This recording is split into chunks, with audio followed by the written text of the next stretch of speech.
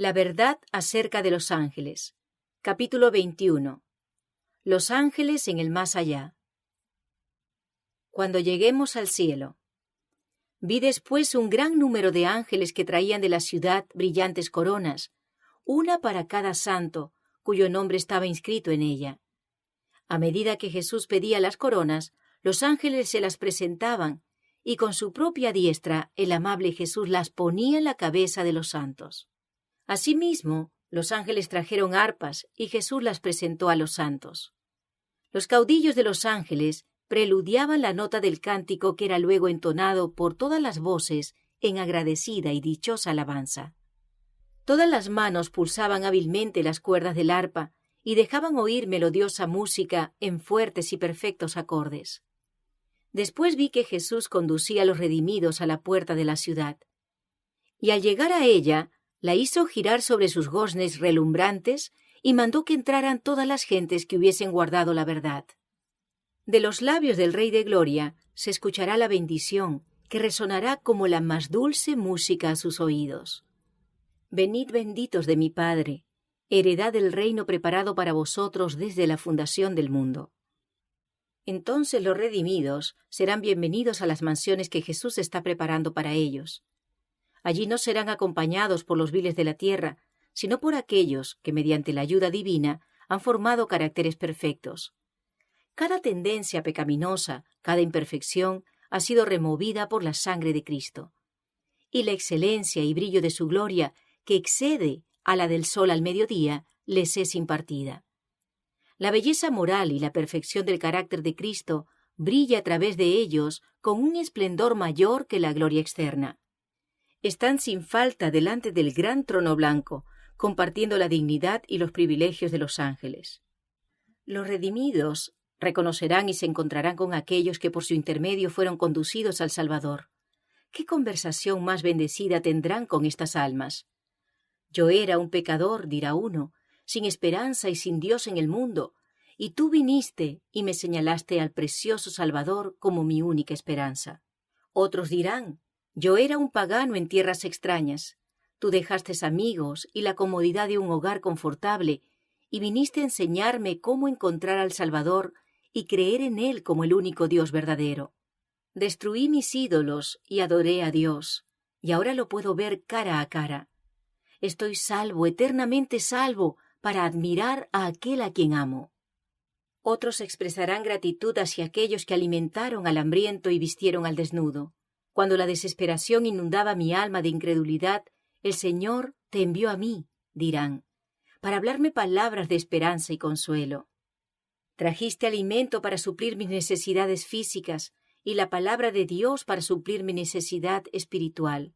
Me trataste como a un hermano, simpatizaste con mis penas y restauraste mi alma herida y lastimada, de tal manera que pudiera tomarme de la mano de Cristo que estaba allí para salvarme. Quitaste mi ignorancia, enseñándome pacientemente que tenía un Padre en los cielos que cuidaba de mí. Me leíste las preciosas promesas de la palabra de Dios. Me inspiraste la fe que habría de salvarme. Mi corazón fue enternecido, subyugado y quebrantado al contemplar el sacrificio que Cristo había hecho por mí. Ahora estoy aquí salvo, eternamente salvo, para vivir siempre en su presencia y adorar a aquel que dio su vida por mí. Qué gozo será para estos redimidos encontrarse y saludar a aquellos que tuvieron preocupación por sus almas. Si los jóvenes reciben a Cristo y creen en Él, serán llevados a una íntima comunión con Dios. Él les dará poder para llegar a ser hijos de Dios y para llegar a asociarse con los más honrados en el reino de los cielos. Estarán en compañía de Gabriel, de los querubines y serafines, de los ángeles y del arcángel. Después me mostró un río limpio de agua de vida, resplandeciente como cristal, que salía del trono de Dios y del Cordero. En medio de la calle de la ciudad y a uno y otro lado del río estaba el árbol de la vida, que produce 12 frutos, dando cada mes su fruto. Y las hojas del árbol eran para la sanidad de las naciones. Y no habrá más maldición, y el trono de Dios y del Cordero estará en ella, y sus siervos le servirán, y verán su rostro, y su nombre estará en sus frentes. No habrá allí más noche, y no tienen necesidad de luz de lámpara ni de luz de sol, porque Dios, el Señor, los iluminará, y reinarán por los siglos de los siglos. Solo cuando se vean a la luz de la eternidad las providencias de Dios, comprenderemos lo que debemos al cuidado y la intercesión de sus ángeles. Los seres celestiales han tenido una parte activa en los asuntos de los hombres. En la vida futura comprenderemos las cosas que aquí nos dejaron grandemente perplejos. Nos daremos cuenta de qué poderoso ayudador tuvimos y cómo los ángeles de Dios fueron comisionados para guardarnos a medida que seguíamos el consejo de la palabra de Dios. En el mundo por venir, Cristo llevará a los redimidos junto al río de la vida y les enseñará maravillosas lecciones de verdad. Abrirá ante ellos los misterios de la naturaleza. Verán que hay una mano maestra que mantiene a los mundos en su lugar. Presenciarán las habilidades del gran artista al colorear las flores del campo y comprenderán los propósitos de un Padre misericordioso que dispensa cada rayo de luz. Junto a los santos ángeles, los redimidos reconocerán en canciones de agradecida adoración el supremo amor de Dios por un mundo desagradecido. Entonces se comprenderá plenamente que de tal manera amó Dios al mundo que ha dado a su Hijo unigénito para que todo aquel que en él cree no se pierda, mas tenga vida eterna. Los herederos de la gracia tienen con Dios una relación aún más sagrada que la de los ángeles que nunca cayeron. Dios desea que se cumplan en nosotros los propósitos de su gracia. Por el poder de su amor y mediante la obediencia, el hombre caído, un gusano en el polvo, debe ser transformado y capacitado para ser miembro de la familia celestial, compañero de Dios, de Cristo y de los santos ángeles a través de las edades eternas. El cielo triunfará, porque los lugares dejados vacantes por Satanás y su hueste serán ocupados por los redimidos del Señor. Dios creó al hombre para la gloria divina, para que después de pasar por la prueba y la aflicción, la familia humana pudiera llegar a ser una con la familia celestial.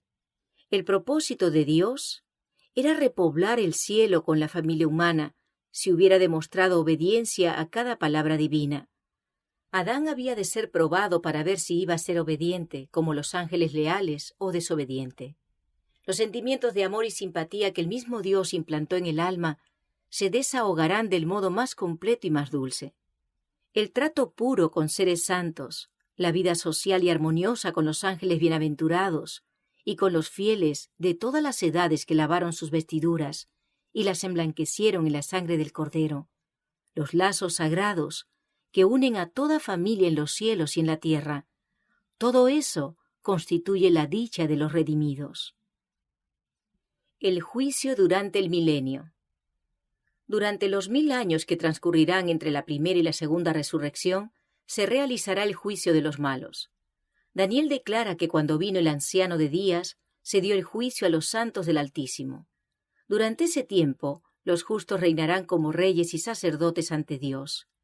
Juan, en Apocalipsis, dice: «Y vi tronos, y se sentaron sobre ellos los que recibieron la facultad de juzgar. Serán sacerdotes de Dios y de Cristo, y reinarán con él 1000 años».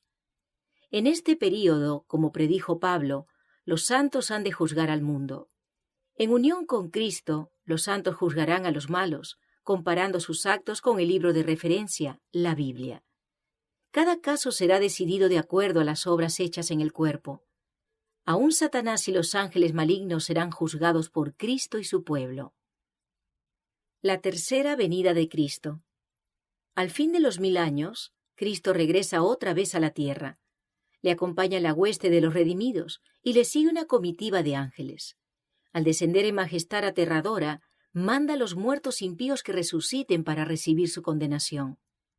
Se levanta un gran ejército, innumerable como la arena del mar. ¡Qué contraste entre ellos y los que resucitaron en la primera resurrección! Los justos estaban revestidos de juventud y belleza inmortales. Los impíos llevan la huella de la enfermedad y de la muerte. Todas las miradas de esa inmensa multitud se vuelven para contemplar la gloria del Hijo de Dios. A una voz, las huestes de los impíos exclaman: «Bendito el que viene en el nombre del Señor». No es el amor a Jesús lo que les inspira esta exclamación, sino que el poder de la verdad arranca esas palabras de sus labios. Los impíos salen de sus tumbas tales como a ellas bajaron, con la misma enemistad hacia Cristo y el mismo espíritu de rebelión. No disponen de un nuevo tiempo de gracia para remediar los defectos de su vida pasada, pues de nada les serviría. Toda una vida de pecado no ablandó sus corazones. De serles concedido un segundo tiempo de gracia, lo emplearían como el primero, eludiendo las exigencias de Dios e incitándose la rebelión contra Él. Cristo baja sobre el monte de los Olivos, de donde ascendió después de su resurrección, y donde los ángeles repitieron la promesa de su regreso. El profeta dice: «Vendrá Jehová mi Dios, y con él todos los santos, y se afirmarán sus pies en aquel día sobre el monte de los Olivos, que está enfrente de Jerusalén al oriente. Y el monte de los Olivos se partirá por en medio, haciendo un valle muy grande. Y Jehová será rey sobre toda la tierra. En aquel día Jehová será uno, y uno su nombre. Miramos hacia arriba, y vimos la hermosa ciudad, con 12 fundamentos y 12 puertas, 3 a cada lado del muro, y un ángel en cada puerta. Entonces exclamamos: «¡Es la ciudad! ¡La santa ciudad que está descendiendo del cielo de Dios!». Descendió con todo su esplendor y gloria resplandeciente, y se situó en la extensa planicie que Jesús había preparado para ella. Entonces Satanás se prepara para la última tremenda lucha por la supremacía. Mientras estaba despojado de su poder e imposibilitado para hacer su obra de engaño, el príncipe del mal se sentía abatido y desgraciado. Pero cuando resucitan los impíos y ve las grandes multitudes que tiene al lado suyo, sus esperanzas reviven y resuelven no rendirse en el gran conflicto. Los impíos son sus cautivos, están listos para aceptar sus sugestiones y ejecutar sus órdenes. No obstante, fiel a su antigua astucia, no se da por Satanás. Pretende ser el príncipe que tiene derecho a la posesión de la tierra y cuya herencia le ha sido arrebatada injustamente. Se presenta ante sus súbditos engañados como redentor, asegurándoles que su poder los ha sacado de sus tumbas y que está a punto de librarlos de la más cruel tiranía. Propone dirigirlos contra el real de los santos y tomar posesión de la ciudad. Entre aquella inmensa muchedumbre se cuentan numerosos representantes de la raza longeva que existía antes del diluvio. Allí hay reyes y generales que conquistaron naciones, hombres valientes que nunca perdieron una batalla. Satanás consulta con sus ángeles y luego con esos reyes conquistadores y hombres poderosos. Consideran la fuerza y el número de los suyos y declaran que el ejército que está dentro de la ciudad es pequeño, comparado con el de ellos, y que se lo puede vencer. Preparan sus planes para apoderarse de las riquezas y gloria de la Nueva Jerusalén. En el acto, todos se disponen para la batalla. Hábiles artífices fabrican armas de guerra. Renombrados caudillos organizan en compañías y divisiones las muchedumbres de guerreros. Al fin se da la orden de marcha, y las huestes innumerables se ponen en movimiento. Satanás, el más poderoso guerrero, marcha al frente, y sus ángeles unen sus fuerzas para esta batalla final. Entonces Cristo reaparece a la vista de sus enemigos. Muy por encima de la ciudad, sobre un fundamento de oro bruñido, y hay un trono alto y encumbrado. En el trono está sentado el Hijo de Dios, y en torno suyo están los súbditos de su reino. En presencia de los habitantes de la tierra y del cielo reunidos, se efectúa la coronación final del Hijo de Dios. Satanás ha visto la corona colocada sobre la cabeza de Cristo por un ángel de elevada estatura y majestuoso continente, y sabe que la posición exaltada que ocupa este ángel habría podido ser la suya. El último juicio. Entonces, revestido de suprema majestad y poder, el Rey de Reyes falla el juicio de aquellos que se rebelaron contra su gobierno y ejecuta justicia contra los que transgredieron su ley y oprimieron a su pueblo.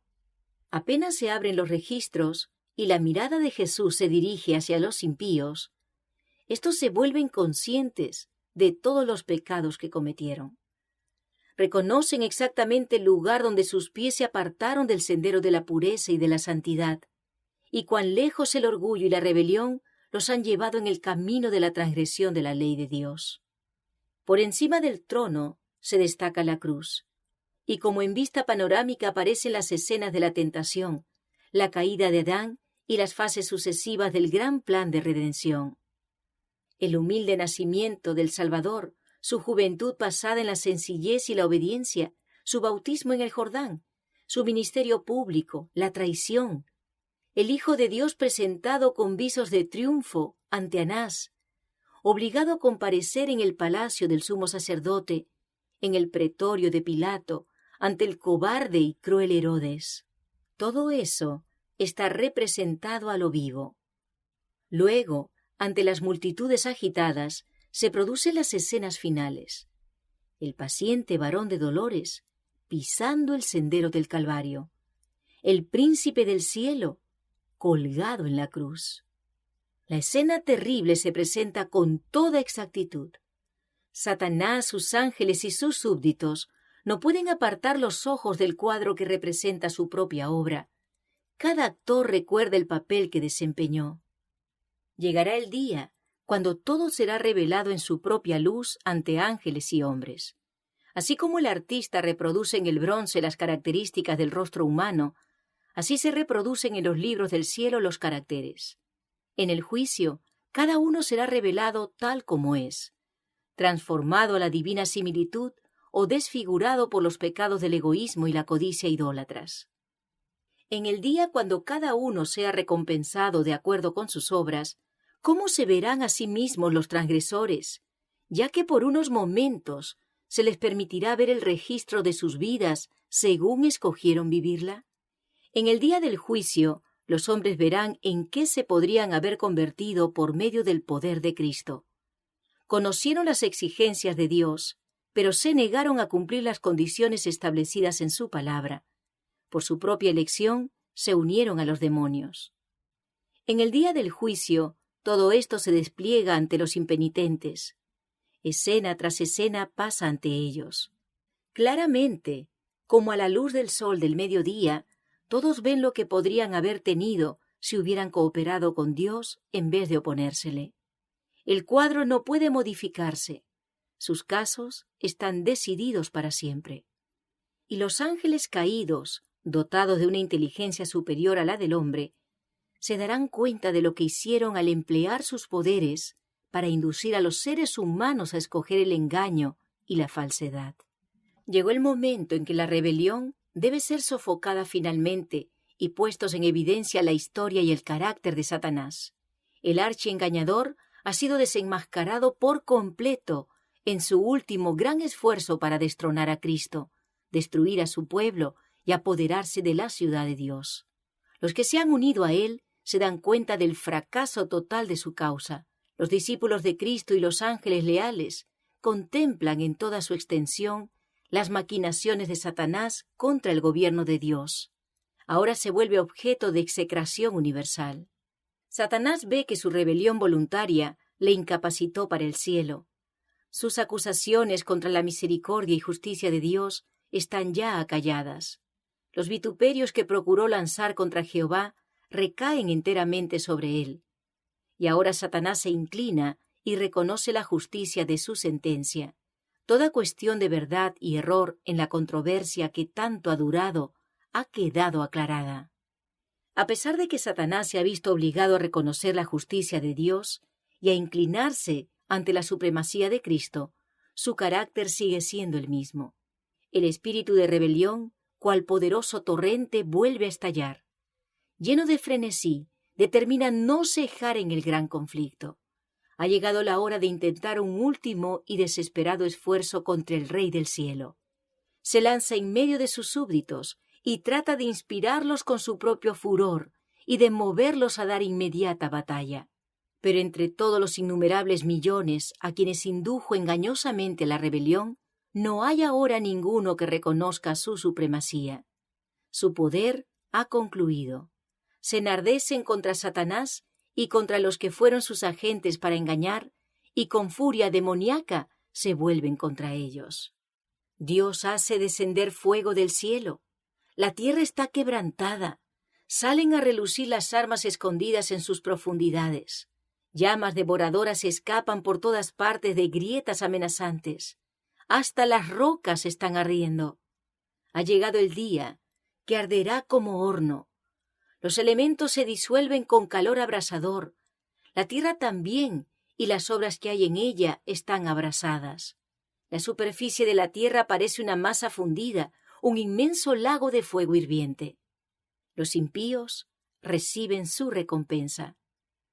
Algunos son destruidos como en un momento, mientras otros sufren muchos días. Todos son castigados conforme a sus hechos. Habiendo sido cargados sobre Satanás los pecados de los justos, tiene éste que sufrir, no sólo por su propia rebelión, sino también por todos los pecados que hizo cometer al pueblo de Dios. Su castigo debe ser mucho mayor que el de aquellos a quienes engañó. Después de haber perecido todos los que cayeron por sus seducciones, el diablo tiene que seguir viviendo y sufriendo. En las llamas purificadoras quedan por fin destruidos los impíos. Por una vida de rebelión, Satanás y todos los que se unen con él se colocan de tal manera en desarmonía con Dios que la misma presencia de él es para ellos un fuego consumidor. La gloria de aquel que es amor los destruye. Todo el universo habrá visto la naturaleza y los resultados del pecado.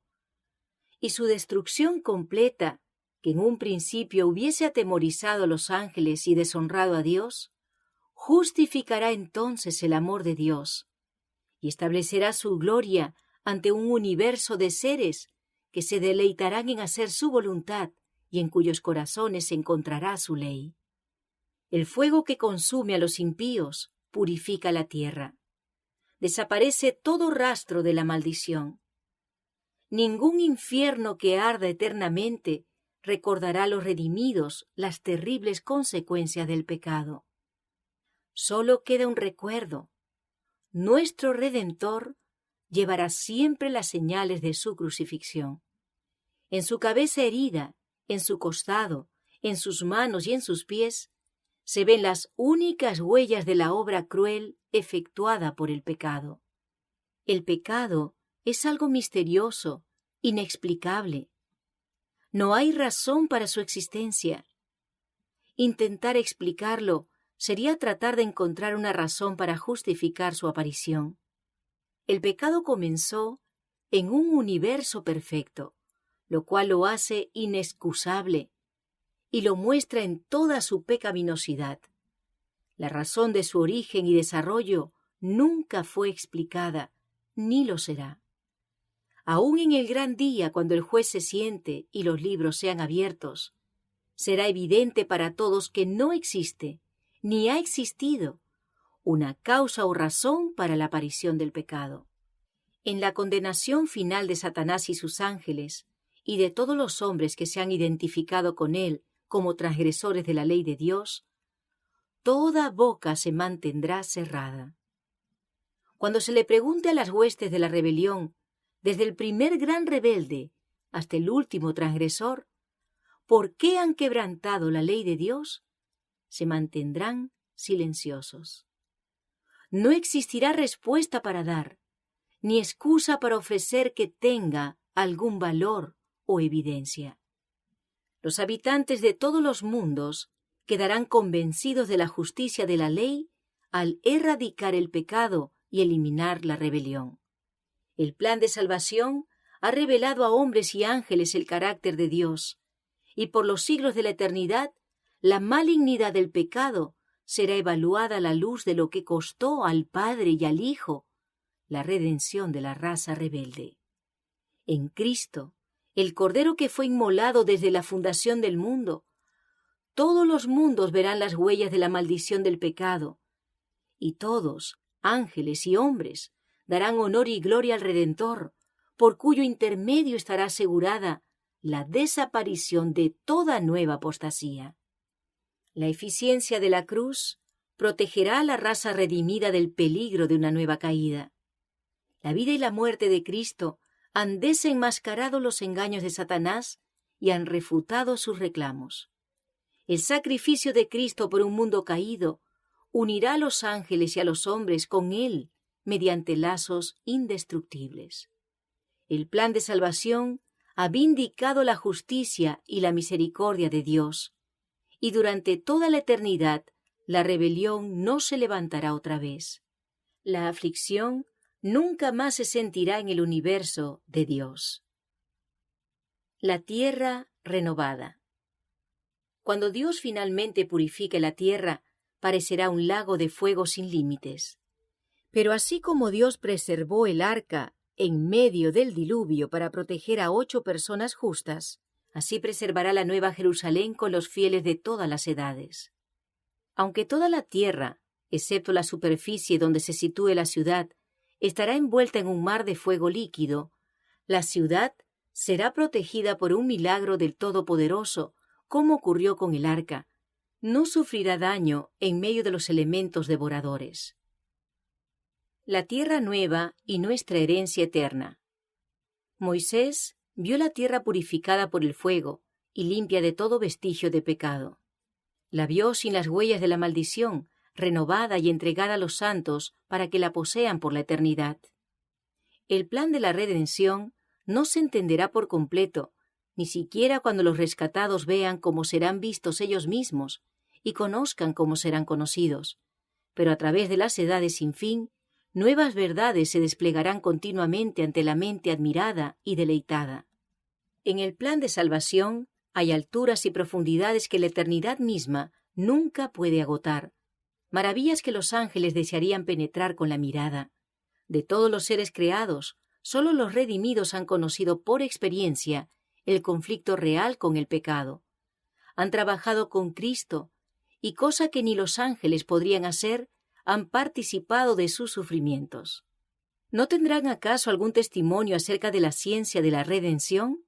¿Algo que sea de valor para los seres no caídos?